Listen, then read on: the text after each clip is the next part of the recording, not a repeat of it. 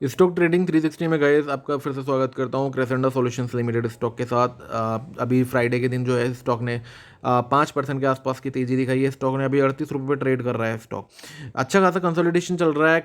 जो स्टॉक है वो 35 रुपये से नीचे गिरने को तैयार नहीं है। 33 से 35 रुपये के आसपास ये कंपनी का स्टॉक जो है बना हुआ है, तो गिरने के लिए ज़्यादा तैयार नहीं है स्टॉक, और काफ़ी ज़्यादा उसमें बियर एंड बुल की फाइट चल रही है।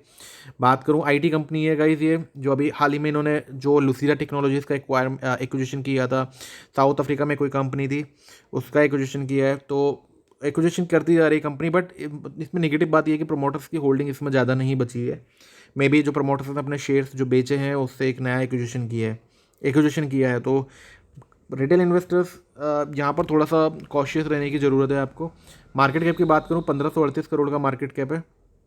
पी देखेंगे गाइस आपका 8,096 का इसका पी है, जो कि इंडस्ट्री पी से काफ़ी ज़्यादा है। तो ये थोड़ा सा नेगेटिव है गाइस।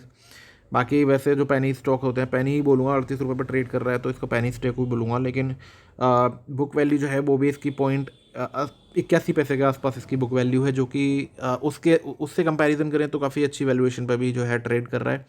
बट थोड़े बहुत आप स्टॉक थोड़े बहुत इसके शेयर्स आप लेके डाल सकते हैं लॉन्ग टर्म का, अगर आपका विजन हो तो। जिस तरह से कंपनी परफॉर्म कर रही है, 6 महीने में बात करूँ 444% का रिटर्न दिया है, 3 महीने में बात करूँ तो 45% का रिटर्न दिया है कंपनी पर। एक भी पैसे का डेट नहीं है। 52 वीक हाई इसका 51 रुपये का है, और जो 52 वीक लो है वो 1 रुपये 69 पैसे का है। गाइस मैंने इसको 17-18 रुपये में खरीदा था, और 51 की जो टॉप लेवल था ना, उस पर ही मैंने इसको सेल किया था। और तब से लेके अब तक ये जो है, हालांकि ठीक ठाक रिजल्ट्स भी पेश किए इस कंपनी ने, बट उसके बाद में ये उस लेवल पर अभी जाने को तैयार नहीं है स्टॉक। तो डिपेंड करता है कि आने वाले क्वार्टर में किस तरह से परफॉर्म करती है। छोटी सी आईटी कंपनी है। अभी आप इस तरह से तो भूल जाइए कि आपको ये जो 81 पैसे का जो ये बुक वैल्यू है इस स्टॉक की, ये आपको 100 रुपये 200 रुपये जाते हुए दिखेगा। गाइस ऐसा नहीं हो सकता, बट फिर भी आप कुछ शेयर्स इसके लेके डाल सकते हैं। तो बात करें अगर इसके चार्ट की, तो देखिए ये जो 51 रुपये का हाई लगाने के बाद में फिर ऊपर नीचे चल रहा है, यानी कंसोलिडेशन हो रहा है इसमें, और अभी हाई लगाने के लिए तैयार नहीं है स्टॉक। बट मैं बोलूँगा आपको कि जैसे ही इस स्टॉक की जो वैल्यू है वो आपको 37-38 रुपये से ऊपर जाती हुई दिखे, तो आप इसमें कुछ शेयर्स इसमें बाय कर सकते हैं, जिसमें आपको तेज़ी थोड़ी सी दिखाई दे सकती है।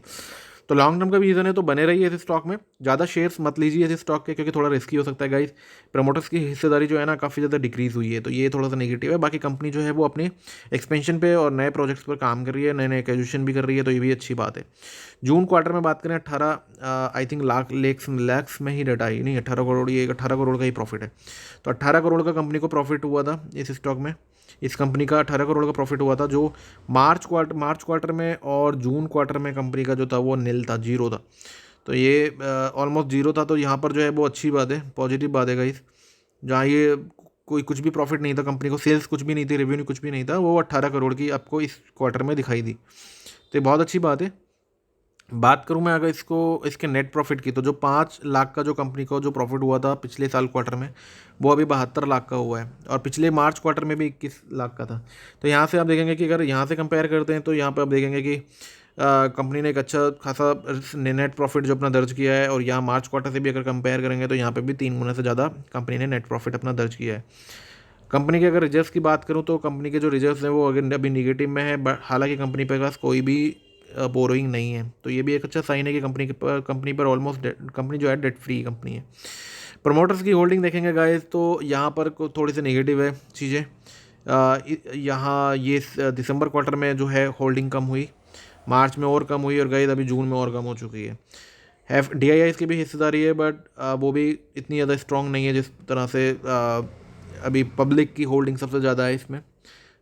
ऑलमोस्ट लाइक पब्लिक की ही होल्डिंग है इसमें सबसे ज़्यादा है, तो पब्लिक की होल्डिंग जो है 100% की बोल सकता हूँ मैं। तो अभी जो पब्लिक अगर जो इसमें जो ऑपरेटर्स हैं, जो बड़े इन्वेस्टर्स हैं, जो रिटेल इन्वेस्टर्स की तरह इसमें बाय और सेल करते हैं, तो अगर वो इंटरेस्टेड होंगे, कि वॉल्यूम आप देखेंगे कि जब जहाँ इसमें 40-50 लाख की बाइंग आती थी, बाइंग प्रेशर आता था, वो अभी उस लेवल की बाइंग नहीं आ रही गाइस। आप भी देख रहे होंगे उन चीज़ों को, कि जो बाइंग जो आती थी, बाइंग का प्रेशर जो आता था 40-50 लाख का आता था, एटलीस्ट पर 20 से 25 लाख का आता था, वो उस लेवल पे बाइंग का प्रेशर नहीं आ रहा।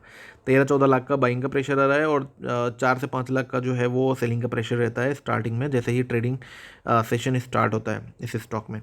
तो जब तक इसमें ऑपरेटर इसको हाइप पर नहीं लेके जाएंगे गाइस, इसमें मैं तो आपसे यही बोलूँगा कि बुक वैल्यू के अकॉर्डिंग ना ये काफ़ी ज़्यादा इसमें ऑलरेडी हाइप क्रिएट हो चुका है।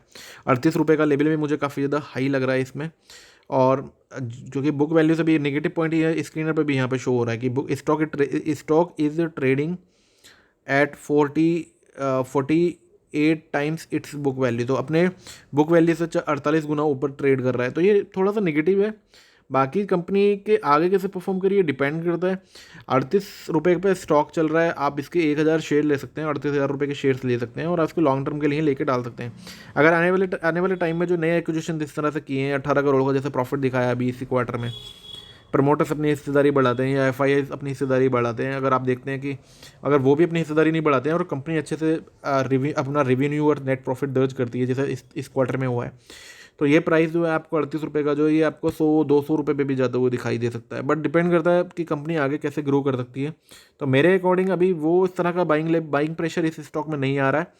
तो आप इस स्टॉक से थोड़ा बहुत भी अगर प्रॉफिट हो रहा है ना गाइस, तो आप इसमें से एग्जिट कर सकते हैं और किसी और स्टॉक में आप एंट्री ले सकते हैं। बट इसको अपने रडार पे रखिए, आप इसमें वॉच लिस्ट में रखिए और Q2 के रिजल्ट्स पे रखिए। बेसिकली अगर Q2 में शानदार प्रॉफिट जनरेट करती है तो आप इसके पीई को भी आप नज़रअंदाज कर सकते हैं। तो पीई ऐसा कोई बड़ा रोल प्ले नहीं करता, बट बुक वैल्यू के हिसाब से थोड़ा सा मैं नेगेटिव हूँ गाइस कि बुक वैल्यू जो है वो उससे काफ़ी 48 गुना ऊपर ट्रेड कर रहा है, तो ये थोड़ा सा नेगेटिव है।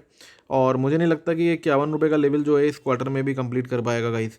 तो आप इसमें अगर थोड़े बहुत भी प्रॉफिट में है तो आप इसमें स्टॉक से एग्जिट कर लीजिए। बाकी अगर बाइंग प्रेशर आपको ज़्यादा आते हुए दिखे तो आप ऑपरेटर्स के अकॉर्डिंग भी आप इसमें प्रॉफिट बुकिंग या फिर एंट्री ले सकते हैं इस स्टॉक में। तो मेरे एंड से बाय नहीं बोलूँगा गाइस, बट इसमें अगर आपके कुछ शेयर्स आपके ऑलरेडी हैं, अगर आप लॉस में तो बने रहिए इस स्टॉक के साथ, और 20-25% का अगर आपको प्रॉफिट हो रहा है तो इस स्टॉक से एग्जिट होकर आप किसी दूसरे स्टॉक में इन्वेस्ट कर सकते हैं। बहुत सारे स्टॉक हैं ऐसे मार्केट के अंदर, क्रेसेंडा से बहुत फार बेटर स्टॉक्स हैं मार्केट के अंदर, तो उसमें आप अपनी स्टेक जो है वो इंक्रीज़ कर सकते हैं। तो thank you so much guys for watching this video and happy trading, happy investing, and please like this video and subscribe the channel and also press the bell icon for the new video alerts। तो बने रहिएगा guys, thank you so much and all the best.